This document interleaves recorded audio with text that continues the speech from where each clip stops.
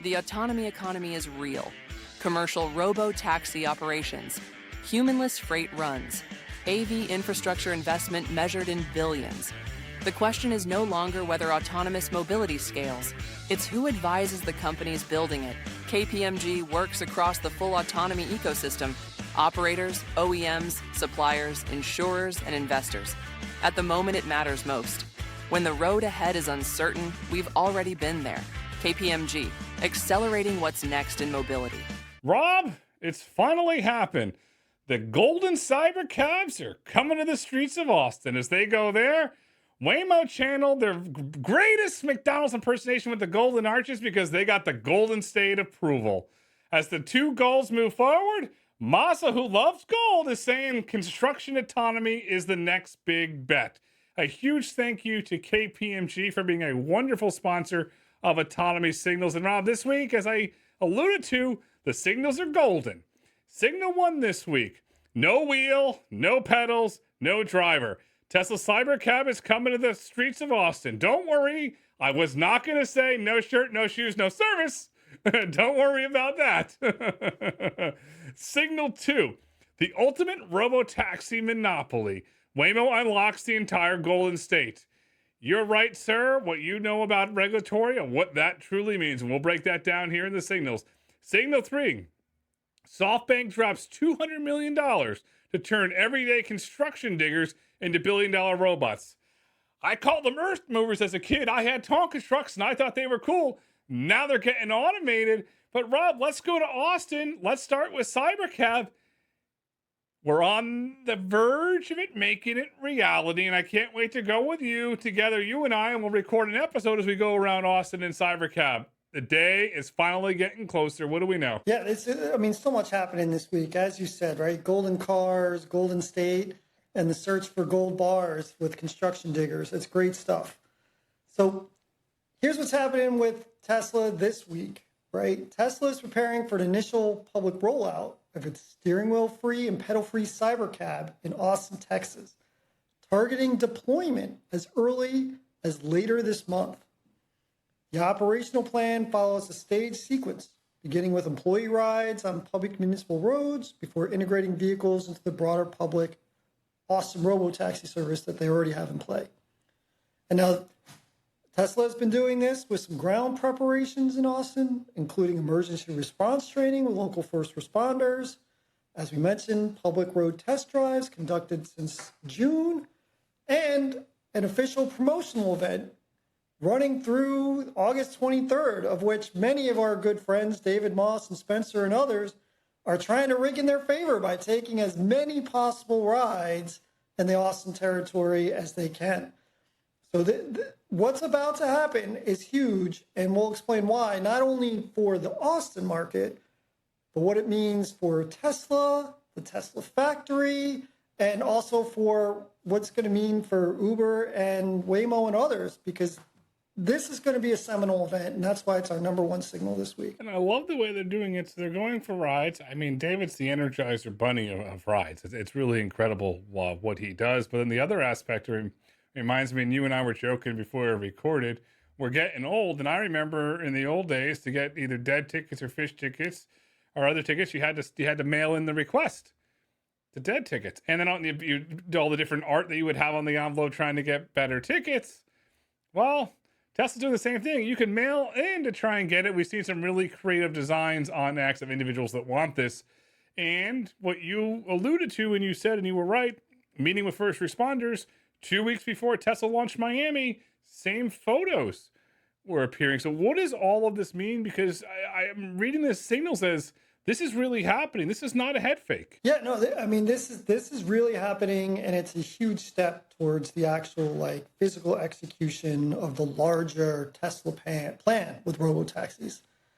And for me, right, the central signal out of this is Tesla, in order to accomplish the task it has just laid out in front of itself and that we just described, they are not seeking federal regulatory approval, federal NHTSA approval, in terms of an exemption petition to put their Cybercab, which has no steering wheel and no pedal, similar to the Zoox sedan, right? Completely different design, but in those two areas, identical. No driving brake pedals, no acceleration pedal, no steering wheel. And they plan to put this vehicle into public use.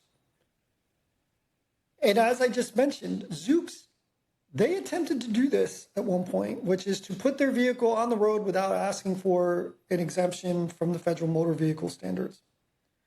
That was rejected. And then they were forced to go through this long, exhaustive exemption request that just thankfully in their favor was given to them or granted to them last week. And which is why they've been able to start charging and all sorts of other things, which is a huge win for them.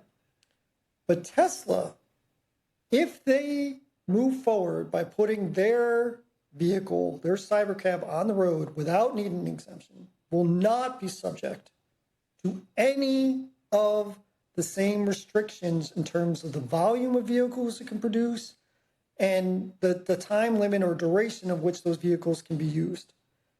So when they put this vehicle on the road, they will then be able to claim that nothing stands in their way from mass producing the Cybercab at any volume that the Gigafactory is able to produce.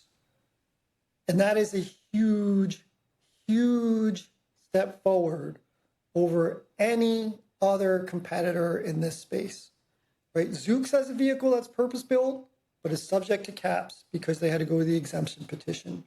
Waymo does not have a purpose-built vehicle yet. I don't believe you and I are not aware of one that they're working on because we know the Ojais have come with the steering wheel and pedals, and we know the Ionics that they're going to be working on next come with the steering wheel and pedal. And Uber, none of the folks that it's working with currently, Motional, Wave, others, have a purpose-built vehicle. So how this plays out, just for folks to know on a regulatory level, kind of the sequence that you're seeing here, NHTSA has no ability to stop Tesla from self-certifying its vehicle ahead of time. So Tesla can say what it wants. It can tell you it's going to have a launch date. It can throw a big party because we don't have pre-approval or what is called type approval everywhere else, where a regulator has to approve the vehicle before you can put it on the road.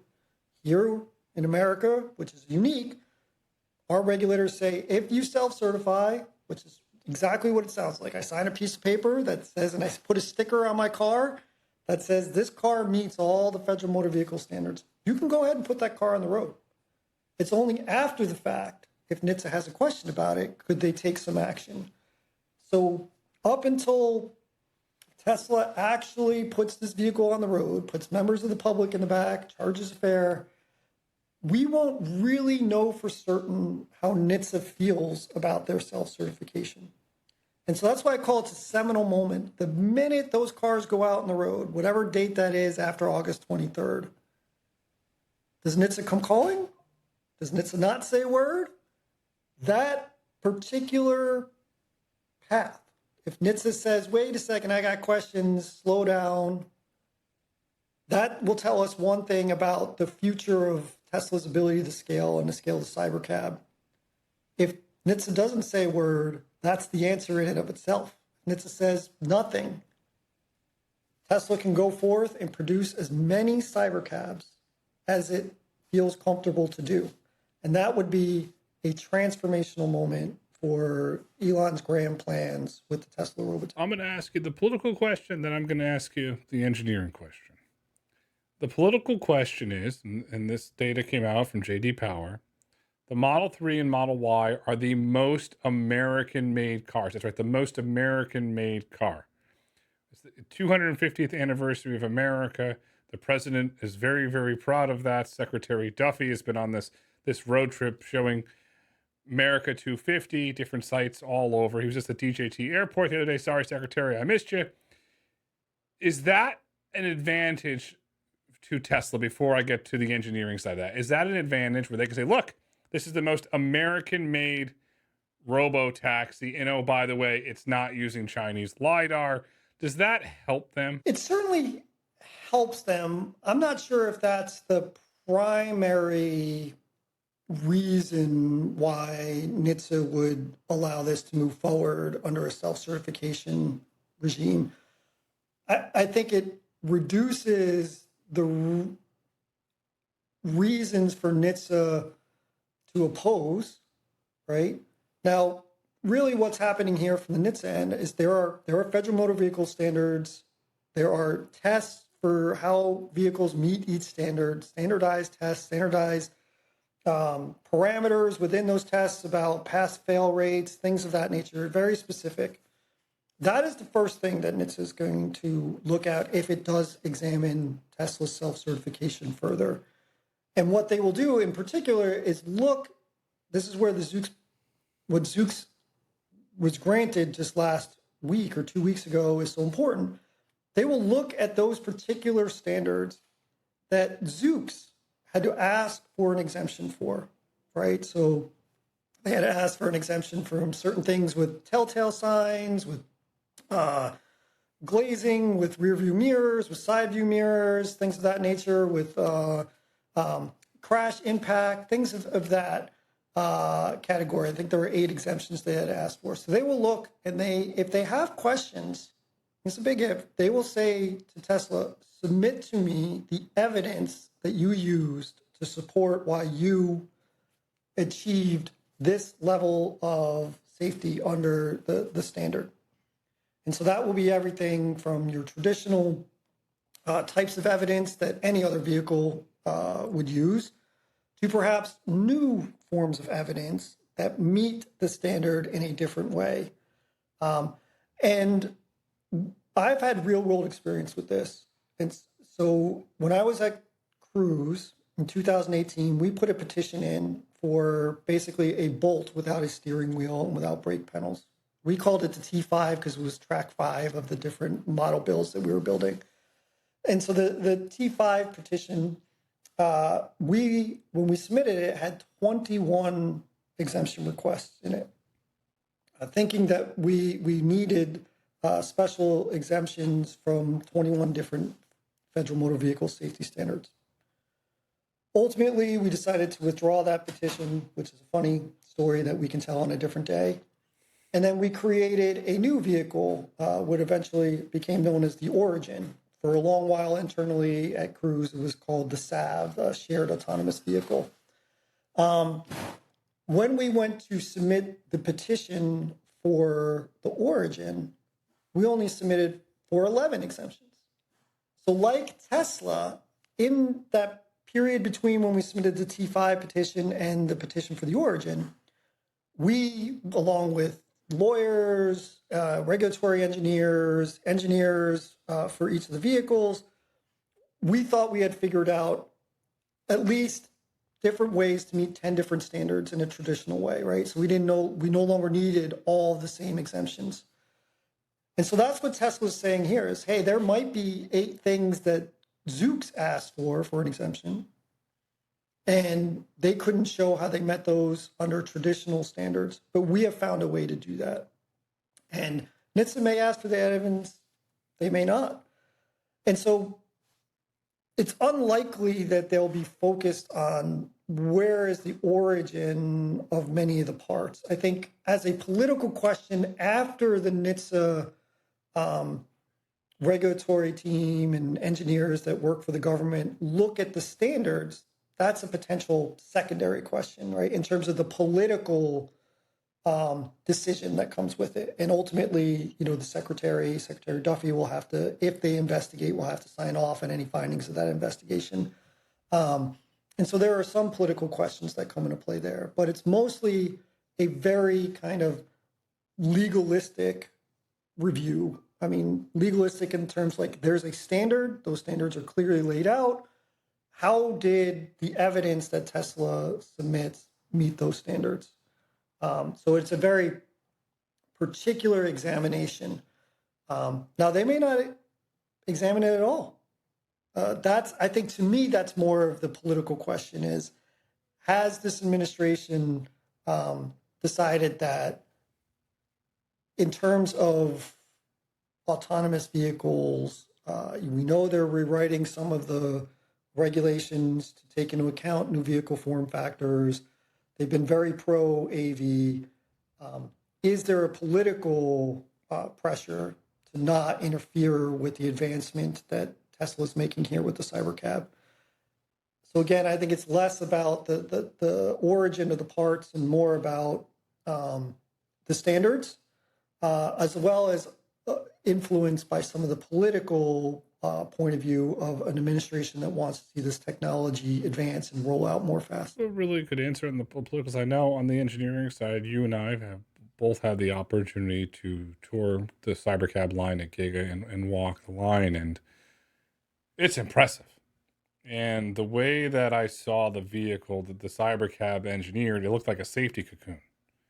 The way that the reinforced steel, does that help Tesla from the self-certification that they are an auto manufacturer? As many people want to say they're an AI company at their core, they still build vehicles. And if you look at their NHTSA crash ratings, they are very, very, very safe vehicles.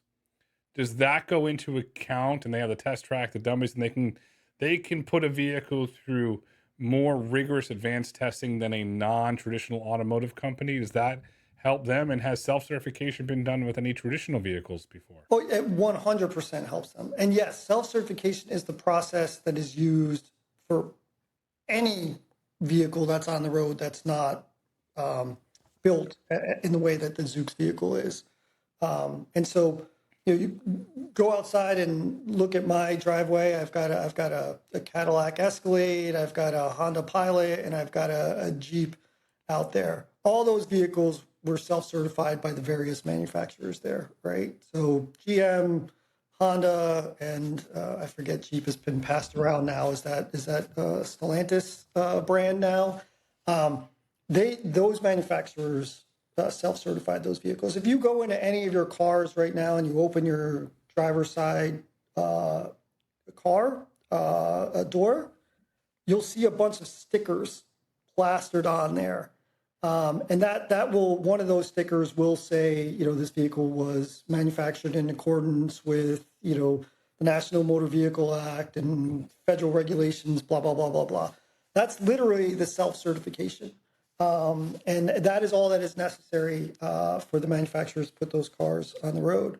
So this is the typical way. And so, yes, Tesla having self-certified the Model Y, the Model X, the Roadster for years and years, as a trusted manufacturer in the United States, that will definitely help them. They are super familiar with self-certification. A lot of the vehicle build and architecture and dynamics are similar between the Cybercab and the vehicles they built before. The fact that they can say, hey, we understand how our Model Y, for instance, performs in standardized crash tests. We understand how they pass the electronic stability control test, FMVSS 126, right? We understand how it passes the rear view mirror camera test of FMVSS 111. They have all that data for all the vehicles they've ever self-certified. And now they are trying to take a slightly different form factor, right, and self-certify to that. So they have tremendous expertise in this. Just like how I explained how GM, when it went from the Track 5 vehicle to the Origin, was able to take away 11 exemptions because they have smart people there too, right? And so I think that is a huge benefit to them. The last thing I'll mention on this is within the Zoox petition, right? So this is something that I think a few people have missed. In the Zoox petition itself, in the first few pages, as they describe how they're going to evaluate that petition, NHTSA says something really interesting. It basically tells Zoox and all the folks who commented about Zoox's petition, we are not going to evaluate the ADS performance in making our determination of if the Zoox sedan that they built meets an equivalent level of safety as a Zouk sedan with a steering wheel and a brake pedal would be. Basically, they said, we're just going to look at the standards and say, did you meet those standards by the letter of the law? We are not evaluating your ADS performance. I think that in and itself, when I read that, I said, Tesla's chances of getting self-certification approved have just shot through the roof. Because when NHTSA takes a look at what Tesla has done, if it takes a look, it will necessarily have to say the same thing. We are not evaluating Tesla's level 4 AV stack. That is not the purpose of why we are gathered, so to speak. We are going to look at the evidence for each of the standards, and based upon the evidence that was submitted by Tesla and how we evaluate all the evidence that's ever been submitted by Tesla and other manufacturers about how to meet this standard, we're going to confine ourselves to that particular standard and the methods and methodologies and evidence for that standard to evaluate that standard. We're not going to say, oh, well, but does the ADS perform well around school buses? There's no school bus standard, right? The safety folks, and I'm not to say that without merit, they want to be like, okay, great, yeah, you can meet the electronic stability control standard in an alternative way because you can still turn the vehicle at a certain angle at a certain speed to see if it tips over. That's what electronic stability control is at a very high level. And there are many people who spend their whole lives on this that probably just passed out when they heard me explain it that way. But that's basically what it is. And yeah, they can find a way to pass that. But some of the safety experts here will be like, that's great. But really what we want to know is if that car is making a turn and it runs into a school bus with a stop sign, is the ADS going to recognize that child? Is it going to recognize a school bus? Is it going to stop? But there's no standard for that. And I think what NHTSA said in the Zook's petition is, we're sticking to the letter of the law. Congress wants to change the laws and tells us what to evaluate. We'll adapt. But there is nothing in the Federal Motor Vehicle Standards that says I have to evaluate the ADS performance in order to determine either the Zook's petition for their argument about equivalent overall safety or the Tesla self-certification. And that is just an enormous victory for Tesla and for anybody else, for that matter, who wants to go down this path going forward. It's a huge positive step, and under Administrator Morrison at NHTSA, they're doing a good job. And you said they're looking at the letter of the law. In my opinion, by not looking at ADS performance, you're removing political elements from it. You're removing bias. There are individuals, and you know this, that do have bias one way or another. Or you have to have this sensor, you have to have this electrical, you have to have this, you have to have that. By not looking at it, you're removing that bias. Well, this is positive today in this current environment. Before we move on to the risk that Omega uncovered, I have a brain too, and I uncovered a question that could be a risk. What happens with a change of administration? President Trump's out, and let's say the Democrats take the White House. Could they all suddenly turn this spigot off? Or once it's self-certified and it's accepted in the law and filed, that it's good to go. What are those risks? Are there any? That's a really great question. Generally, precedent, like in the courts, precedent is meaning that the decision has been made in one direction before is adhered to pretty strictly in the corpus of NHTSA rules and regulations. Now, the interesting thing is as Tesla goes forward, and in their announcement, or at least in some of the X follow-up that some of their executives had on the different threads that were going along on X, they mentioned that there are other form factors that do not have a steering wheel and brakes that they are hoping to introduce. Now, each of those form factors could be self-certified by Tesla, but in a different administration, they will have to be self-certified or they'll have to seek an exemption, right? Those are the two paths. So they will undoubtedly seek to self-certify. If we're under a different administration, there could be a new level of scrutiny, which says, you know what, actually we are going to look at this from a different perspective. We're still going to look at the rules because the rules are the rules and they're out there. Now the rules are going to be updated. That's part of what NHTSA has said this summer. There are things that are already underway, and there are other things that they're looking forward to do, including setting ADAS performance standards. Right? They're asking SAE, a third-party neutral organization, to help develop actual ADS standards.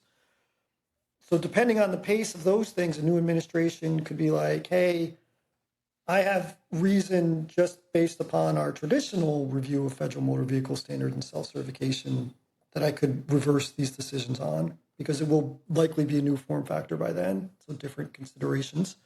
And or, hey, now we actually have ADS standards. And so I'm going to evaluate your ADS as part of this as well. And so I would say, yes, it's a possibility. I would say that, for these vehicles, for the, Cybercab that goes out there, the make and model that's out there, that if it gets approved under self-certification, and those vehicles are now in service year 3 or 4 on the road, you're not going to see a new administration come in and say, oh, well, they've been good for 3 years, take those cars off. I find that very unlikely. I think what they will say is, hey, for any new vehicles that you're trying to self-certify, we might have a different way of looking at this. So, in theory, Tesla self-certifies crickets, nothing from NHTSA, 2,000, 3,000, 4,000 vehicles out there operating, good track record. If I'm just reading this right, all suddenly Tesla's got a massive moat because they've got that manufacturing line. Am I thinking about this the right way? 100%. 100%. Right? All the talk about the benefits of vertical integration in building a vehicle in large supply at a lower overall BOM cost. And we have to remember the BOM cost for the Tesla Cybercab is estimated to be considerably lower than the Waymo Zeekrs, which were considerably lower than the Waymo I-Paces.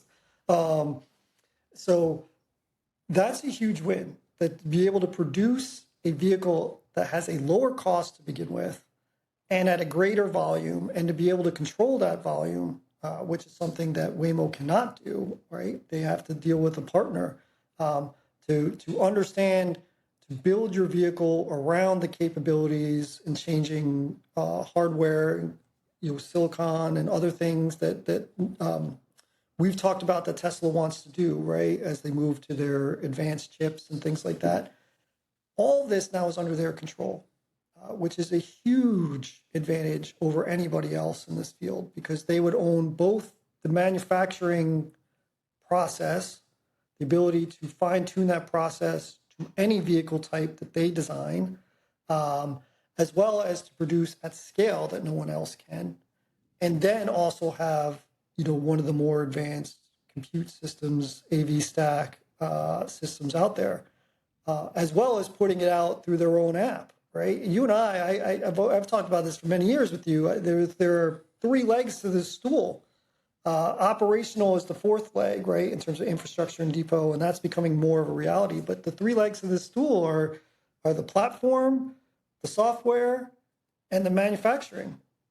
And if Tesla is able to do what no other manufacturer can do right now, it's a huge victory. They have kind of taken the unabashed lead on the manufacturing side over anybody else.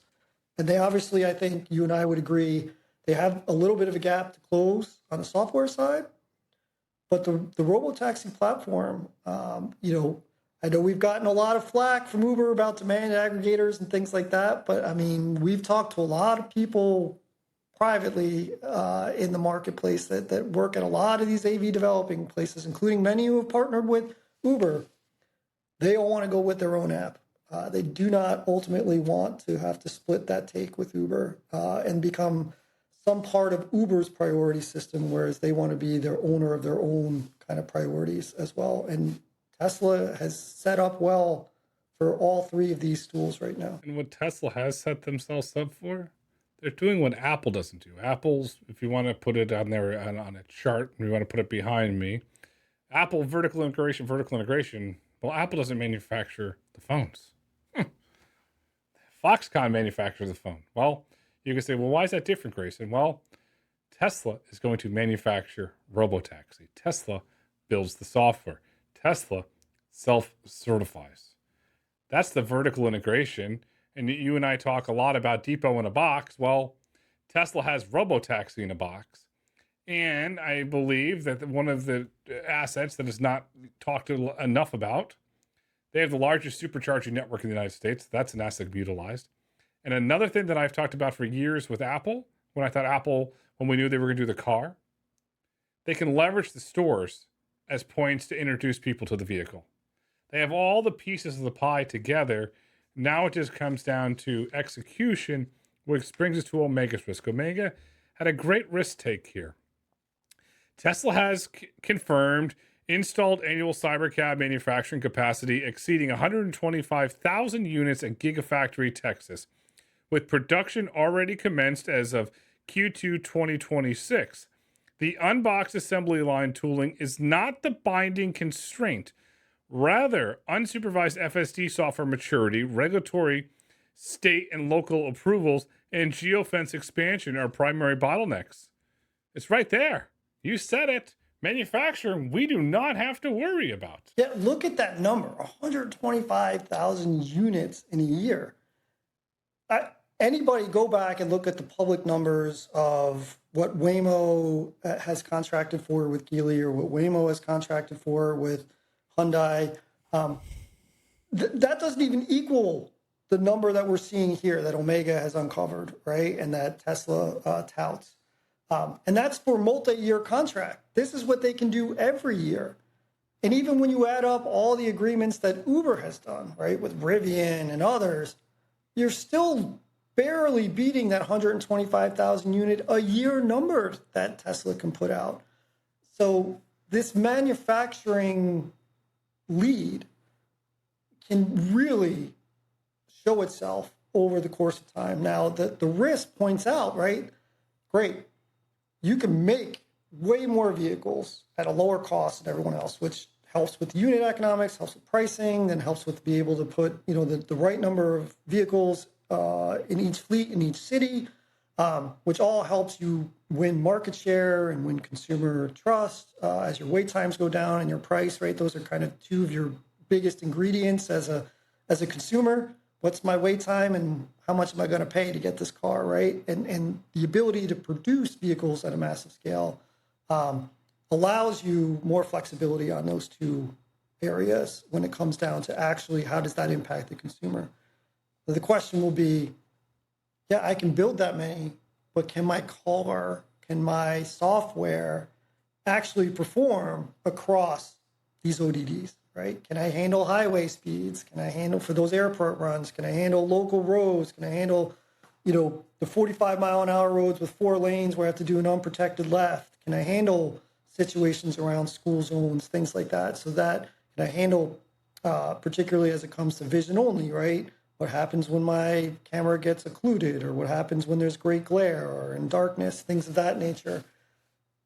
That is a real gating thing for Tesla right now. And they believe they can solve that in a myriad of ways, as we've talked about in previous things, including by out-computing some of their issues, which is why, as you look through some of the discussions that we've had with folks recently, the move from the AI4 chip to the AI5 chip is important for them.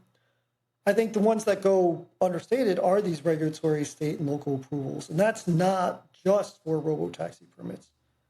That's for the depots. That's for the charging infrastructure. That's for the maintenance facilities, right?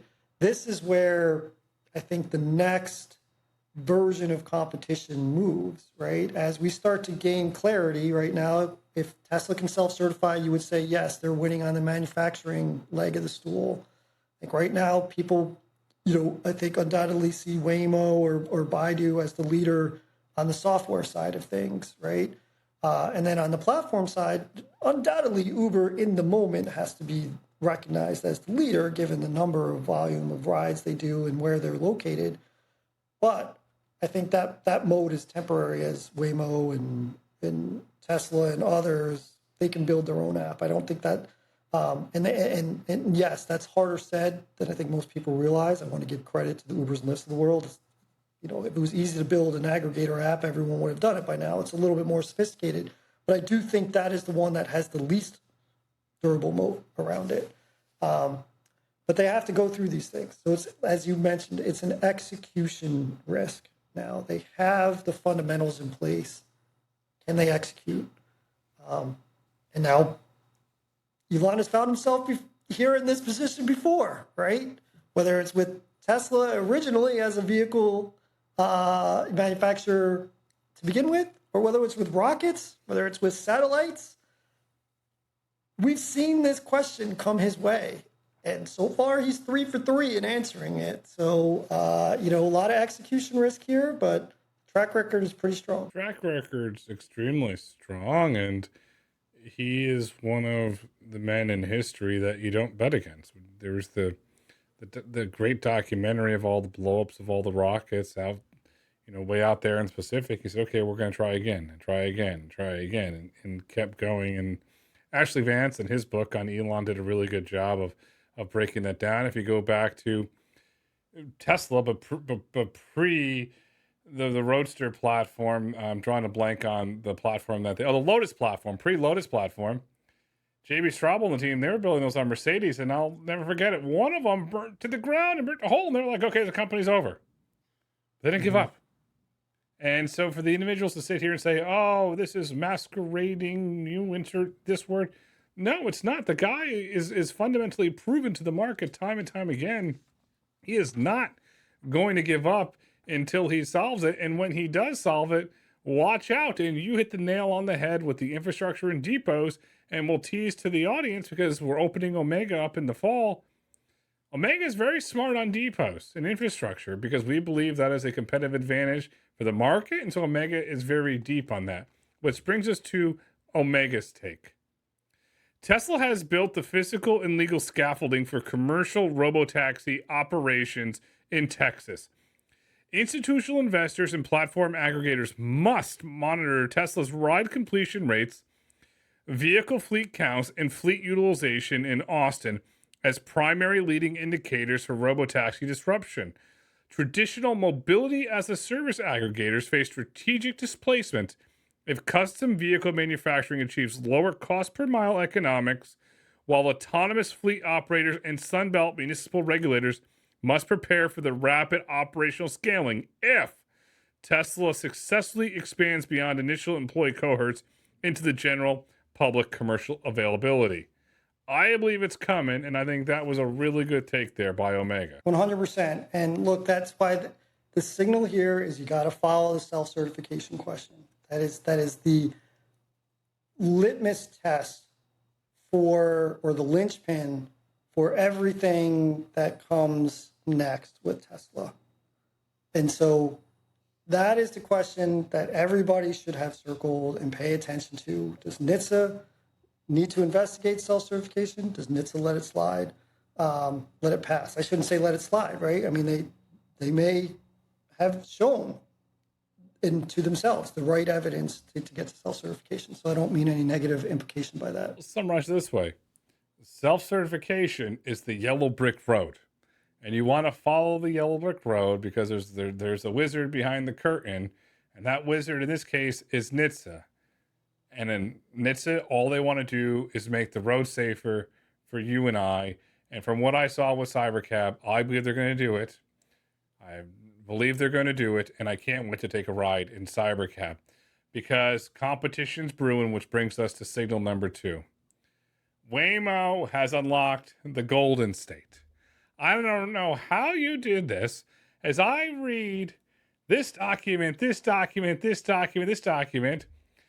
California has more autonomy regulations than probably regulations exist, but yet Waymo continues to autonomously drive through them and rack up wins. What do we know from this signal, and how big of a regulatory moat has Waymo achieved in the Golden State? Yeah, I mean, I think this may be one of the more undervalued, underreported, underconsidered advantage that Waymo has, right? California, by far the most populous state in the United States, nearly 40 million people, big cities throughout the state, huge rideshare cities, and Waymo has a regulatory moat that is 18 to 24 to even longer timeline ahead of everybody else. I mean, they are going to dominate California for years.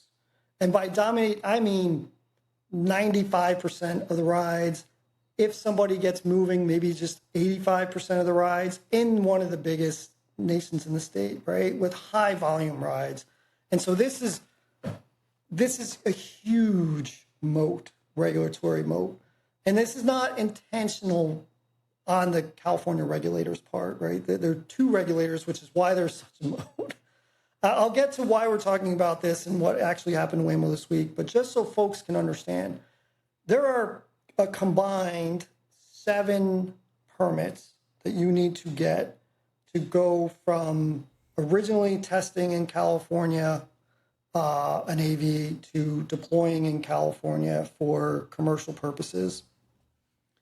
Embedded in that is also a fundamental permit that you have to get just to run kind of anything that looks like a rideshare network. And to date, unlike, say, a state like Texas or Florida, or Arizona, where once you submit your request for a permit, if you have to submit a request for a permit, it's applicable statewide. What California has done in this 7 permit dual regulator process is it's basically gone city by city, county by county, geography by geography. Sometimes it's a little bit more than one county, sometimes less. So it's not a one-time process, or at least it hasn't proven to be. So Waymo has started the process of accumulating all the necessary permits way back. I mean, the first one it got was 2012, but we'll start from 2018 when the actual DMV regulations went out. But from 2018 to now, they have probably been in front of both of these regulators 11, 12 times. And so on this final time, or the last, I wouldn't say final, they'll probably go back to expand even more. In the latest round, which they had submitted an application back in February, so this gives you a sense of the timelines here, right? The DMV had signed off, so the process is usually you have to submit to the DMV first, and they review the safety of the vehicle and the safety of what you're about to do in terms of from the vehicle perspective.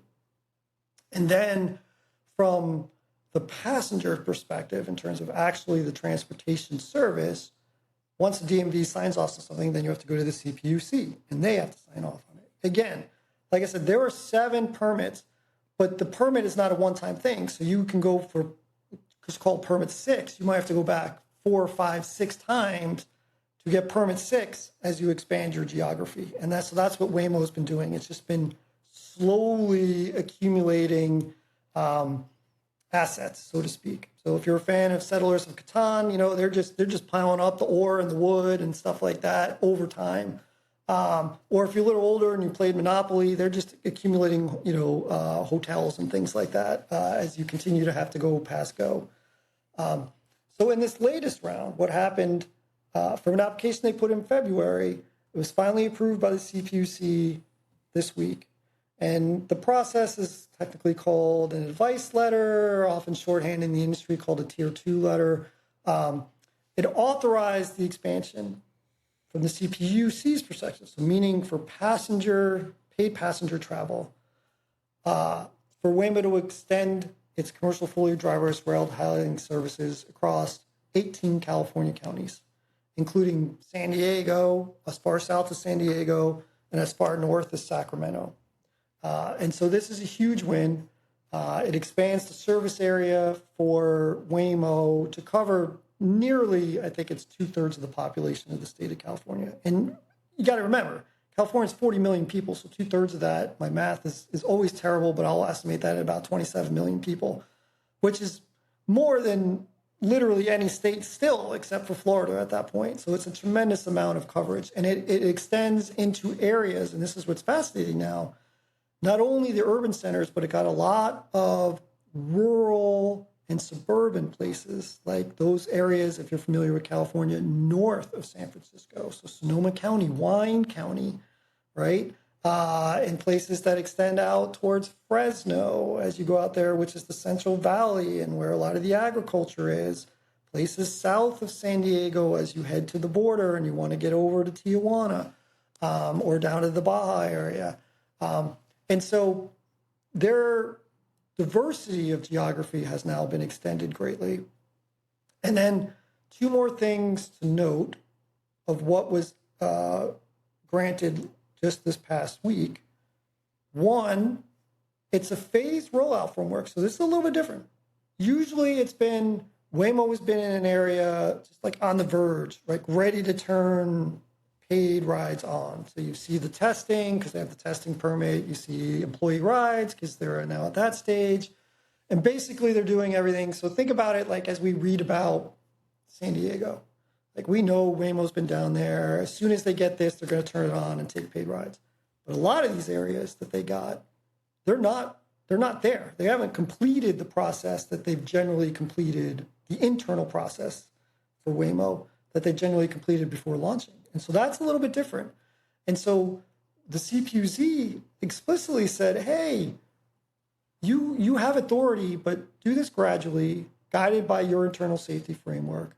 With no specific launch timelines mandated, but for the first time saying, okay, we're not, you Waymo are not waiting for us to grant you the approval, right? You're not even at the stage where you're ready to do this, but we're going to give it to you anyway.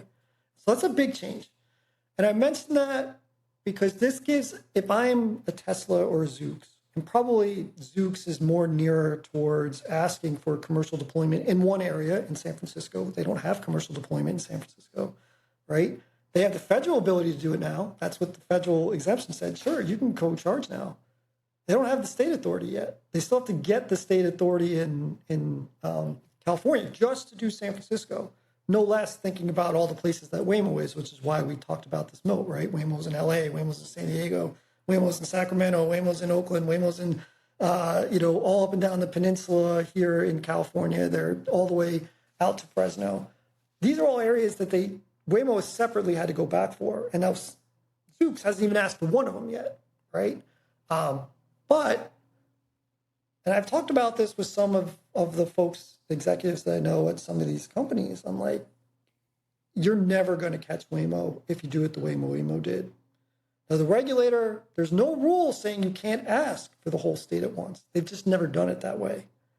And so this, I think, if I'm looking at this and this is kind of what I did for a living, I see a little bit of an opening here, right? Okay, you told Waymo, you're not on the verge of being ready internally, but we're going to give you authority anyway. If I'm Tesla, I'm like, I don't want to go through this 16-round process that Waymo's done to get the whole state. Can I do this once? Maybe I'm not ready everywhere, but I'd like to get the process over and done with just once. So it'll be interesting to see how the regulators react to that. I would say they probably react kinder to Zoox than they do to Tesla. As folks who have followed Tesla, they know they have some active litigation with the state of California over the definition of full self-drive, all that kind of stuff. Anyway, that's super interesting. I think that's something that you probably won't hear anywhere else. It's something to pay attention to. And then lastly, the other important thing, and you saw it in a lot of their X announcements this week, wrapped up in this Tier 2 letter or Tier 2 advice letter that was just granted. Because they have a new form factor, they had to go back and ask for the ability to charge in that form factor in all the places that they had already received approval from the I-PACE for the Jaguar. And this is why if you lived in California, you were like, hey, I get free Ojai rides everywhere. This is great. Well, that's going to end because wrapped up in this, the CPU said, yes, we reviewed your new form factor, we reviewed your passenger safety plan around this new form factor, and yes, indeed, now you can go charge in this new form factor. Which is super interesting, right? Because no other state really has this process. But it's because of all this process that the lead that Waymo has is measured in years in California. Not in days, not in months, in years. I'm going to ask this from a current situation that's going on. So right now, you have David Ellison is threatening to move Paramount, Warner Brothers, out of California to Austin, Texas, because of the spat with the Attorney General.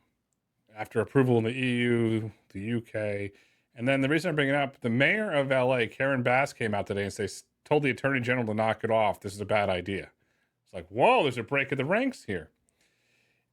Is there any political in the next administration, since Governor Newsom is termed out, that can come in and say, okay, override the California Public Utilities Commission, override the DMV, and allow autonomy or pull stuff back? Do we have to worry about a change in administration, since the normal kumbaya of certain individuals is starting to break and fracture? 100% you do. And so here's the thing. The California Public Utility Commission is less subject to the whims of a changing governorship. Yes, the members of the CPUC, there's 5 commissioners that run the CPUC, they are appointed by the governor, but their terms cross oftentimes elections. It's not as if, if Becerra wins in November, that all 5 members get replaced. It's not like that. Their terms will kind of slowly play out over time. And they are a quasi-legislative, quasi-judicial body. It's literally, I'm not making that up. That's not a Rob Grant term. That is how they describe themselves, which means you generally don't see Sacramento and the legislature dictate the outcomes that happen at the CPUC. The CPUC, in this case, right, they took jurisdiction under their charter, which is in the Constitution of the California. They took jurisdiction over passenger travel. They just said, you know what? They did this for ride hail initially. They said, hey, we're going to be the regulator for that. And then, California passed a law that said, you know what? The DMV is the regulator of AVs, and Sacramento literally came together, passed a law. Said, 2012 DMV put out some regulations. Took them forever and a day to get to regulations in 2018. They did, and then 6 weeks later, the CPU said, oh, wait a second. Actually, you actually need to get additional permits, and here's the rules that we have come up with. They didn't need legislative authority. They have it under the California Constitution to regulate this. So they were a little less susceptible to a change in administration, is the short way to put it. But the legislature could easily, under Becerra, and if there's continued pressure from unions and others to elect people who are anti-AV, the legislature could easily tell the DMV, you know what, no more AVs, no more driverless vehicles. There has to be somebody in the car, and they could do that if they wanted to. And if the DMV requires you to have a driver in the car, it doesn't really matter if the CPUC still has its own rules about driverless cars. You got to adhere to both, which means you basically fall back to needing a driver in the car, because there's no way you can adhere to the DMV rule if the CPUC rule is followed. There is a great danger it could be rolled back. And that would be a huge, huge negative, as you might imagine. I would be worried about that, particularly from the unions. I think the unions right now seem to be focused. Obviously, they sued California over the AV trucking regulations. DMV for AV trucks did hand out 2 permits last week or so. I think Kodiak and Aurora, if I'm not mistaken. I think those were the 2 folks who got them, which is a great sign. But I think in the election coming up, it's pretty clear that the unions will be focused on rolling back for heavy vehicles, the use of autonomous vehicles. If they're successful, I imagine they come for light-duty vehicles soon thereafter. The messaging from the unions has changed recently towards heavy duty, where perhaps they're waving the right flag, which I highly doubt they would do, and they seem like they're focusing on trucks. And as you rightly point out, maybe trying to defeat trucks. Okay, they win, then they work their way back to light passenger vehicles. With the uncertainty, because there is a lot of uncertainty. There's an election. There's a lot of uncertainty. Do companies continue to invest in infrastructure and all of the assets needed to build this out? Or do you think that companies take a pause and put resources other ways until there is some sort of clarity on where this could eventually end up? And I say that with saying, if Waymo magically somehow gets 100% of the state covered and they have depots up and down and the status quo continues and you didn't invest, it's like, there's really nowhere to go. Yeah, so I would look at it from two perspectives. If I were sitting down with the CEO, I would say, how important is it for us to show material growth in terms of rides, in terms of access, in terms of showing technical growth in the short term? And the second question I'd ask as a quick follow-up would be, what's our runway look like? Or what's our financial backing look like? Because two things, depending on how you answer that question, I would say most players who are not supported by Google, California, one, you're way behind Google anyway. It's a slow permitting process and it's an expensive place to operate. So to me, that would say, unless you have a tremendously patient and tremendously deep pocket behind you, go somewhere else. I'd say go to Arizona, go to Texas, go to Florida. These are places where you're going to be able to demonstrate your technology, show growth, get continued investor interest, as well as start to build your brand and develop a narrative, right? I'd put Nevada in that list too, though Nevada is a little bit more difficult. I wouldn't say anywhere near California level, but it's just, as you go up the tiers, it's a little bit harder. So I would say, look, unless you have deep pockets and deep patience, California is not your place to go, which acknowledges the fact that only continues Waymo's moat in California, right? So now, right, I think that's a majority of the players that Uber has on their platform. That's what I would tell them. Now, if you're somebody else, if you're a Zoox and you have the backing of Amazon, I would say I would invest in California to make sure that you get either San Francisco or LA, ideally both, started. I may not target the full state the way that Waymo has done, but I would say, hey, those are your two biggest markets by volume and by dollars. You have to get there. You can't just surrender those for an even longer period of time, right? I would say, hey, yeah, it'd be great to be in Sacramento and have the lawmakers see our technology and all that. It would be great to be in San Diego and have folks, particularly, it's a great destination site for a lot of visitors. It'd be great to be there, but it's probably not worth the squeeze. What I would say is go for San Francisco and LA, and then look at trying to expand into those other markets that I said. So you have because they just have more patience and more capital to spend. But if you're like an upstart and you need to show your growth and your technology quickly, California is no longer that state. It's just not. That's not to say obviously, right, when you see the size of California, you see the potential and you see the TAM, total addressable market that California brings, you can't ignore it forever. But you got to play what do I need in the short term versus what do I need in the long term? And, short term, you're looking at those other metrics that suggest that you should probably get outside of California first. Long term, what you're hoping for is maybe that wedge, that little opening that the CPUC gave to Waymo, that you can exploit that and take your time to market based upon the regulatory permits, take that from 18 months, and maybe that gets down to 9 months. And then you're like, okay, that's a different question, right? But right now, just the regulatory process, like I said, the regulators didn't come together and say, let's benefit Waymo, right? The way it used to work was every time that Cruise and Waymo went for a permit, they would hold us up so they could approve both of us at the same time. We were just pushing each other, and they were aware, okay, it's better to have both of them so we can preserve some competition going at the same time. And I know that frustrated Cruise at some times, and it definitely frustrated Waymo at other times, because they were taking a more conservative approach to vehicle supply than Cruise ever was. But Cruise doesn't exist anymore. And so what are you going to, you can't hold Waymo up. Nobody else has even applied for any of these permits since Cruise went out.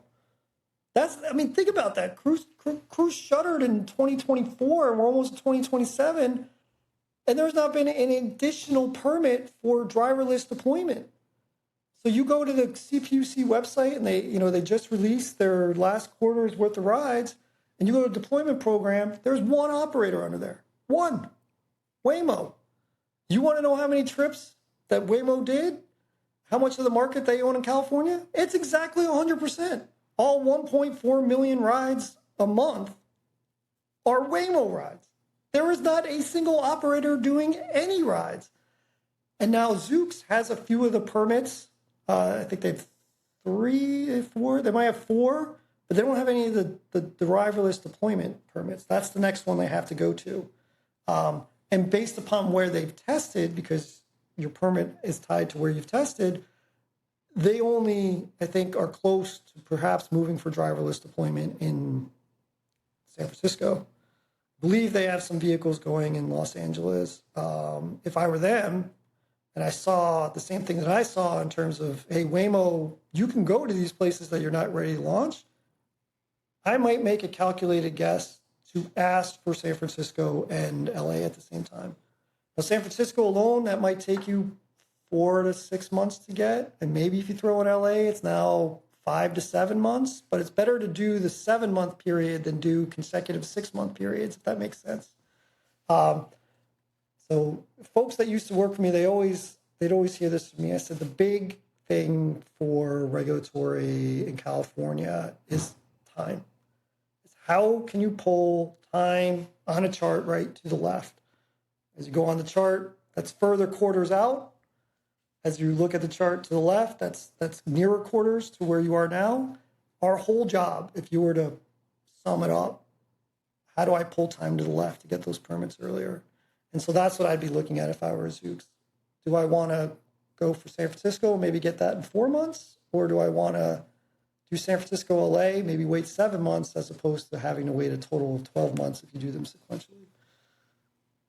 So it's fascinating. I don't know. I'm geeking out about this. I should stop. This is just what I used to do. So it gets me excited. No, I love it. I mean, that's the beauty of your brain is now inside of Omega, and we love your excitement and your enthusiasm. And I'm going to date ourselves, and you're going to laugh at this. Your Encyclopedia Britannica and knowledge of regulatory. I love it because you and I have all these great conversations, and now an Omega ingests this, and you know how to write the algorithm to help it interpret it. Because it seems to me, based on all the 7 permits and the regulatory this, and this, you have to be TA. And what do you say is that? That's Tesla, Alphabet, Amazon.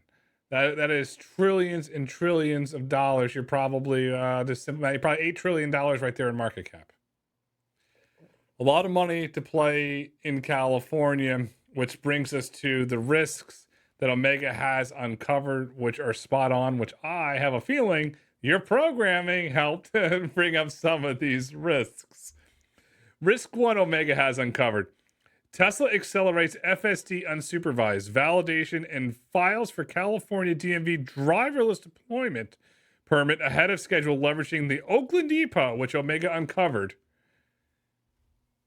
There it is. It's a combination of capital, acceleration, and infrastructure. And if all goes well, that could eat into Waymo's 100% market share. Because no one's going to say 100% forever, but that accelerant could lead into it. Right. And as we know, as we just talked about in Signal 1, if they're able to accelerate it, they have the ability to supply the California markets at a level that Waymo does not, in a time period that Waymo cannot match. So to me, that is something that Waymo is assiduously dedicated to working on right now, is how do I get my vehicle supply here faster than perhaps Tesla can move into the California market. And that's why the self-certification question is so interesting, because that would add delay if NHTSA doesn't agree with it to Tesla's plans, and allow Waymo more time to get its supply numbers up. Because, traditionally, the first mover in these markets it's a big advantage. So if you're used to, 2 years plus in San Diego or 3 years plus now in San Francisco of your only AV service provider being Waymo, that could get very sticky in terms of like consumer use, meaning they return to that platform over and over again because it's the only one they know. And so that'll be that. It'll be really interesting if Tesla is able to gain that software maturity, get the validation from NHTSA, and then I think because of their ability to do testing at a larger scale than anybody else, because they have the vehicles, I would say to them, you go for that whole state. Forget this. Even if it takes me 12 months to get the whole state, you're going to get it in a faster timeline than doing it in the piecemeal way that Waymo's had to do it. And to be fair, that Waymo was sort of dictated into that process, right? And this was started almost 10 years ago now. So it wasn't as if Waymo woke up one day and said, you know what, I don't want to go for the whole state. I want to do this piecemeal. That's just the product of being the first one through, or I would say the second one through, because Cruise was often the first one, is that you had to kind of make it up as you go along. And now Tesla, I think, given what I'm reading in this latest advice letter, could go for the whole state. And that's what I would say to them, is even if it takes me 12 months to get the whole state, that's better than the 7-year process that Waymo was gone through to get to the whole state. Yeah, and that was an omega risk, and you're right. And here's the final risk here. CPUC regulatory framework changes to lower barriers for new entrants, reducing Waymo's first mover regulatory advantage. To me, that ties into a conversation we had earlier. That is very real, very real. It is. I mean, the risk that we talked about earlier about perhaps taking away the ability to do AVs is very real. And this risk is real as well, because, you know, as Waymo continues to dominate these markets and their growth, right? 10x growth in 2 years. If they 10x now, they're doing 10 million rides a month in California. That's great for Waymo. That's maybe, you know, we're a very litigious state in California. I'm sure somebody's going to say that's not great for the consumer to have one person dominate the market, right? And so it's going to be really interesting, because, you know, Waymo would then argue, you know, hey, Uber and Lyft are in the same market. People are going to be like, really? Are they really in the same market? Right? So it's going to be fascinating. I could see them making it easier for more participants to come, particularly given how I described how many are going to think about approaching California, which is too hard, too expensive, too long. I need to get somewhere else faster. And so that also might be a thing from a California investment perspective, where they get some pressure from a business-friendly governor to say, hey, let's speed this up. Now, we'll see how the elections go in California. You know, business-friendly in California aren't words that you hear very often, even though certain elected officials would like you to think so. But we'll see. You know, stranger things have happened. Stranger things have happened, and that wasn't even filmed in California in the TMZ 30 mile zone. That was actually filmed in Atlanta, Georgia. So things do happen, and Waymo has to worry about the monopoly risk that's rapidly growing there in California. He's right with Legit Society, which brings us to Omega's take. Treat this as a capacity-gated, not permission-gated market in California for Waymo specifically. The correct metric to track is the conversion rate from authorization to revenue service rather than regulatory filings. Yeah, I think that's right. I think, you know, we're going to want to see now, because, right, as we just mentioned, there is no competition for Waymo, so they're not being pressed to compete in these geographies right now in California. But some of the things that you're going to want to watch, right? Time to first paid ride in Sacramento and San Diego. So fast execution implies a productized city launch process and a higher terminal depot footprint, while a slow rollout implies continued capital and maybe labor-intensive scaling issues, right? So that time to first paid ride is going to be really interesting. Freeway and freeway service operationalization is going to be important, right? We know that Waymo's had some issues with freeways. If you look at their latest CPUC report, you saw a bit of a dip in the total ride numbers between May and June. I attribute it to, and this is just my take, that is when they were asked or internally decided to pause freeway operations. And so that limited, abilities to meet certain rider demand and certain routes.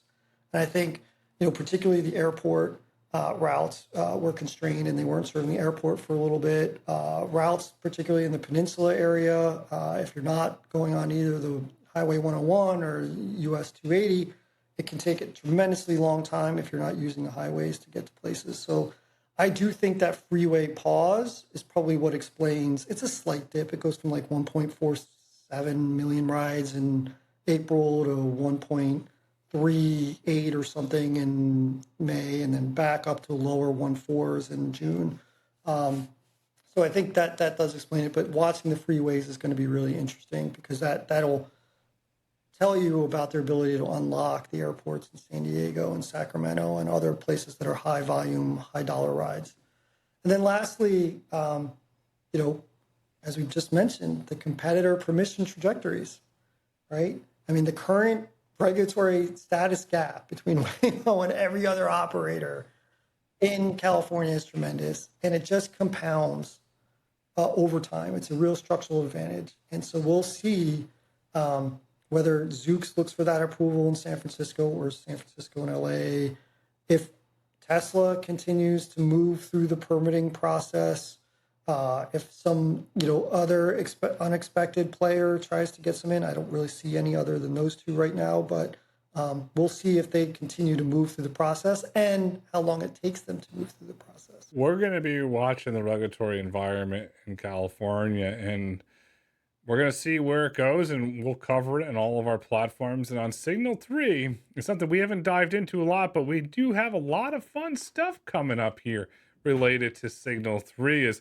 SoftBank invests $200 million to turn everyday construction diggers into billion-dollar robots. Love robots, love construction. You're never taking the Tonka truck kid out of me. What do we know about this signal? Yeah, so as you mentioned, Gravis Robotics closed a $200 million Series A, led exclusively by Masa at SoftBank in August of just this week. And it marks the largest Series A transaction in construction robotics history. So the investment values the ETH Zurich spinout at approximately $1 billion. So establishing the Swiss company as Europe's newest robotics unicorn. So Gravis Robotics develops the Gravis Rack hardware-software retrofit system and Gravis Copilot software, which are designed to bolt onto legacy heavy machinery, such as excavators manufactured by some of the world's largest construction manufacturers, Caterpillar, Korematsu, Volvo, John Deere. I mean, that's what's really the unique thing is that it is a retrofit application that can go across hardware. And so the financing round follows $23 million seed round in November 2025, which funded the early operational footprint expansion across the US, UK, and Europe. And so, this is not an area where we talked about a few folks that are in this area in the last couple of months. And the retrofit of heavy machinery is a growing business. We've seen it with Pronto and what they were doing with Mariana Minerals when we talked about the new mine they opened up there in Utah a couple weeks ago. We're seeing it with some other competitors in the space, Bedrock Robotics and Built Robotics. And so this is a really growing, and that's why it's a signal. It's a growing body of evidence that there is a real potential for autonomous retrofits of heavy machinery. And, one thing that's super interesting here is the valuation, right? So this valuation from Masa is basically Masa saying that this is a software multiple narrative for this industry, not a industrial hardware narrative.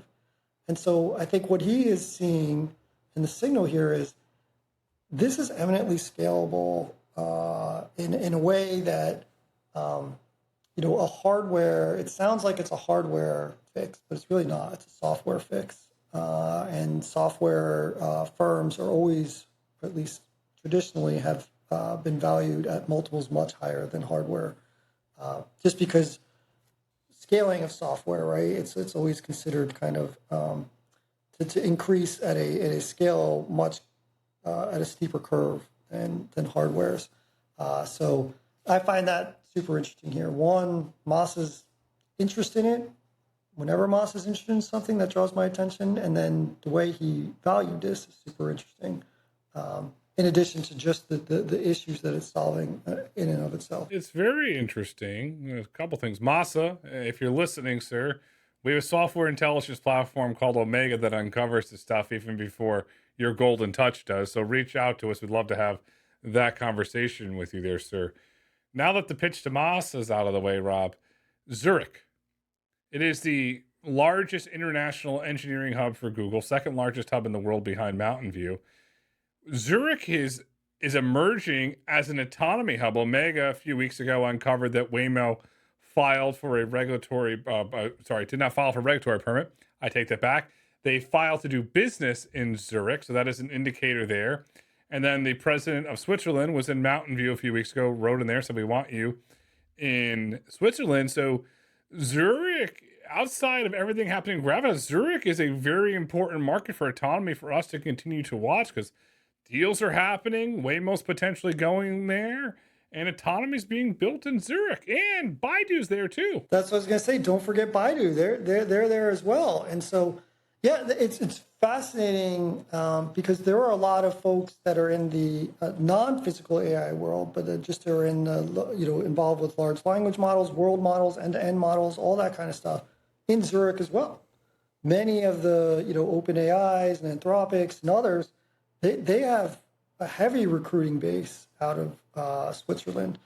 And so Zurich is becoming one of those places to keep an eye on. And in a way that's different than you and I are always like, hey, watch what's happening in Dubai and watch what's happening in Riyadh, right? Those are important signals, I think, more for growth metrics, expansion possibilities, what it means for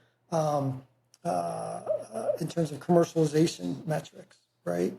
Zurich obviously has that because as we know, Baidu and Waymo are interested in it, but it is also, I think, more of a technical hub to watch as well. So it has that. That's kind of makes a difference. Zurich's a pretty small market overall for commercialization, so you're not really looking at that as a kind of strong signal, though it does send some signal. It's really look at the talent that's there, right? And as we've seen, both you personally just down the road from you in terms of when talent aggregates, like in Miami, whether that's financial talent or other talent, when it's aggregated here in Silicon Valley where I live, unique things happen when you get a specific kind of highly desirable level of talent that's all kind of aggregated in the same place. It really generates, I think, more value both for the individual companies that are hiring that talent, but also for that economic region. And so I think Zurich is one to watch because it is starting to really shine through as a technical hub. And so I think we're going to see more companies like Gravis Robotics come out of there. So it's not only the talent working for the bigger known companies, but it's also when those talents then say, you know what, as they're looking over at the engineer that they're working with, we've got an idea. Why don't we go and take this and do something with it? I think Zurich's going to be a real hotbed going forward. Yeah, to any entrepreneurs listening, just go build. That's what Rob and I are doing. You just go build, control your own destiny. A really interesting thing on Gravitas is that their distribution model is going to rental companies, not partnering with deployment in the company. So that's really interesting that they're going to this rental market to upfit and have the rental market act as the distributor. That's really interesting. Yeah, I think it is really interesting, right? It's one, I think it's an interesting way to prove their technology works because as they partner, I see some of the ads for construction rental companies as I watch various sports programs throughout the evening. Some of them are, franchise, right? We just do sell Korematsu, but a lot of them, they have Caterpillar, they have Volvo, they have Komatsu, they have, Hy-Vee, whatever it is. And so this is a really great way for them to say, our technology works across all of this, right? And so it's a way to get out there that, for potential larger customers or, some of the incumbents here, to say maybe we are worth your time to look at for a bigger deal together, right? To become part of your service network, because if not, we can just take this and take all of your equipment and turn it autonomously either way. Yeah, and you have to watch how the OEM incumbents react, because what Gravitas is doing, we haven't seen any audited documentation. They could technically deploy autonomy much at a lower cost than their competitors, which brings us to the risk. And Omega had a really good spot on risks here. Caterpillar, Komatsu, and Volvo CE possess 800 plus autonomous machines in the field in dominant service networks. OEM native autonomy could commoditize the retrofit wedge. While it could, if it's going to come down to cost at the end of the day, and then it's going to come down to who's going to get litigious with who over modifications, as we have seen in the right to repair. You've seen it with Deere tractors, and it's going to get very interesting to see how this evolves. Yeah, I think you're right. I think there's uncertainly going to be a legal fight around this, particularly around like modification of the hydraulic and other systems that are on it. Like, have you then violated your warranty? Have you somehow done something against the lease terms for the vehicles? And so I think that's going to be one thing to play out. Another thing is, right, as we've talked about, right, some of these companies, right, Caterpillar has been really invested in autonomy over the years. I think we talked about Caterpillar, and now this is where I should have done my homework before coming on. They acquired a tractor company that went out of business, all of their IP, right? Monarch Tractor, was that correct? Oh, wow, yeah, I still got it, you know. A few marbles still rolling around up there. So, you know, they're not going to give up without a fight, but I'm also, you know, if I'm Gravis, this is a real strong sign that, you know, I'm coming at this from my angle with a huge backer, right? I mean, Masa is an enormous name.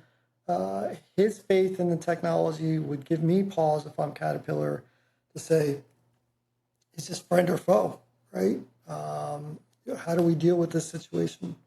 So, but it is, I think, undoubtedly like the incumbents, one, will be very litigious, and two, they're going to look for ways to expedite their own autonomy process as well, particularly if the rental market shows to be autonomy is valued, right? It's perhaps something that goes undeterred, but these are very difficult vehicles to operate, right? They're not easy. I will admit my wife can operate them. She's amazing at this. I cannot. My father-in-law makes fun of me for not being able to operate heavy-duty vehicles. But I tell him I make money other ways. As I think I've told you before, he calls me the dumbest smart man he's ever met because I don't know how to operate any of this stuff. But my wife, she's like, yeah, okay, I'll move the digger. I'll take the excavator. She works at a big farm. They have to use all this equipment for various purposes. And she can just hop right in there and move it. But I'm like, hey, guess what, Jerry? If this stuff were autonomous, I'd look just as smart as you. That's true. And that's impressive. I couldn't move it, but you're right. If it's autonomous, I could tell it what to do. And this is, and Omega's got another good risk here, I think is really, really important here. Bedrock Robotics, $350 million plus in total funding, and Built Robotics are direct retrofit competitors. Category leadership has not yet been determined. That is a very valid point. They're still going to fight it out. Nobody has that 100% Waymo market share yet. Yeah, no, it's going to, like I said, this is an up and coming, really hot market in terms of the potential value of the market, in terms of its TAM, its applications, what it could mean for other use cases. Like I said, it's not just about turning an autonomous mining vehicle into a vehicle that can move on its own. That can then provide better economics to increase the number of mines out there and things like that. So there are other kind of derivatives of this market that are untapped. And leadership, as Omega calls out, is not yet set. So I think it's a fascinating market to watch, and one that I enjoy looking at because it's a market that goes a little bit under the radar. Yeah, it's a market that we're going to absolutely cover more, and perhaps we'll do some field reports in that market. Brings us to the final risk here. I think this is a very important one. Headcount bottleneck. Scaling from 75 individuals to deployment-capable team across EU and North America simultaneously is a binding constraint on the conversion speed. That's going to be something to watch because there is not a lot of talent in this emerging industry. Yes, you can say it's physical AI, but as you just said with your wife, individuals that can operate this stuff, you still need safety drivers and individuals understand it. That is a small market. It is a small market. It is a small market. So yeah, being able to bring and scale that talent, I'm sure of the $200 million that were provided here, a serious chunk of that will go to how do we scale the go-to-market operations here, both in terms of the testing and the infrastructure that's needed to build out each of these retrofit vehicles, both from a technical end, but also from a, how do I convince people to use this end? And then how do I reach those people? They're specialty individuals, right? It's difficult. It's like trying to sell to the police, right? If you don't speak their language and you don't know their kind of culture, it's a very difficult thing to do. Go ask Axon and the folks who sell either the video cams or the body vests and things like that. You can't just take any slick Rick, from sales and make them a good salesman to the police. And then that's the same in this industry as well. That is a great, great analogy, which brings us to Omega's take. For SoftBank, the Gravis bet is architecturally significant because the retrofit model, Gravis Rock, monetizes the existing $1 trillion installed base of heavy machinery rather than requiring fleet replacement, compressing the sales cycle and capital intensity for customers. At a $1 billion post-money valuation on $23 million in prior disclosed funding, SoftBank is pricing in platform-level dominance across multi-brand heavy equipment fleets globally, not just software niche. SoftBank's betting on the retrofits. As you own this, you don't necessarily want to go buy a new autonomous version. You want to update it. Very similar to what Travis is doing with Pronto now in Atom. So the market there is emerging. It is. It is. I think it will be the way to move forward in this, because the upfront cost of replacing a fleet on this is so much higher. Like, I think we've talked to a few folks that have asked us, hey, when Cybercab is being produced in these large levels, do you think you'll see kind of individual people form an LLC and buy 10 Cybercabs and run a small fleet out of it? Yeah, I think that's possible. If the cars are selling at $30,000 each, right, you can buy 10 for $300,000, or you can leverage money or borrow money for that. But some of these heavy mining equipments, if you want to replace, 10 of these vehicles, you're talking more towards, $3 to $8 million level, and that's a whole different can of worms, as they say. It's buco dinero, if you want to use that term. It's a lot of buckaroonies. We did a heck of a job. We broke down all the signals from Tesla Robotaxi to Waymo in California, to the regulatory moat, to Zurich and what is happening with mining and heavy industrial equipment. And for the audience, that's just the tip of the iceberg. As you know, each and every week, Rob and I break down the signals here in Autonomy Signals presented by KPMG. And if you want the signals that Rob and I have access to, Omega's opening up this fall. It's going to be available as an MCP. We're getting ready to open a wait list, but you, as a listener to Autonomy Signals, send an email to alpha@autnmy.ai. That's alpha@autnmy.ai.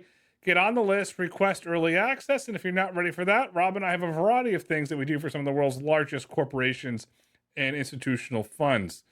The future is bright. The future is autonomous. The future is Robotaxi. Rob, we went all over the map, and we didn't even have any Swiss cheese. But that's what happens. It was another great show. Yeah, we definitely missed out. Maybe next time I'll get a little cheese, a little wine, and we'll see where the show goes after that. And that's going to be a fine time.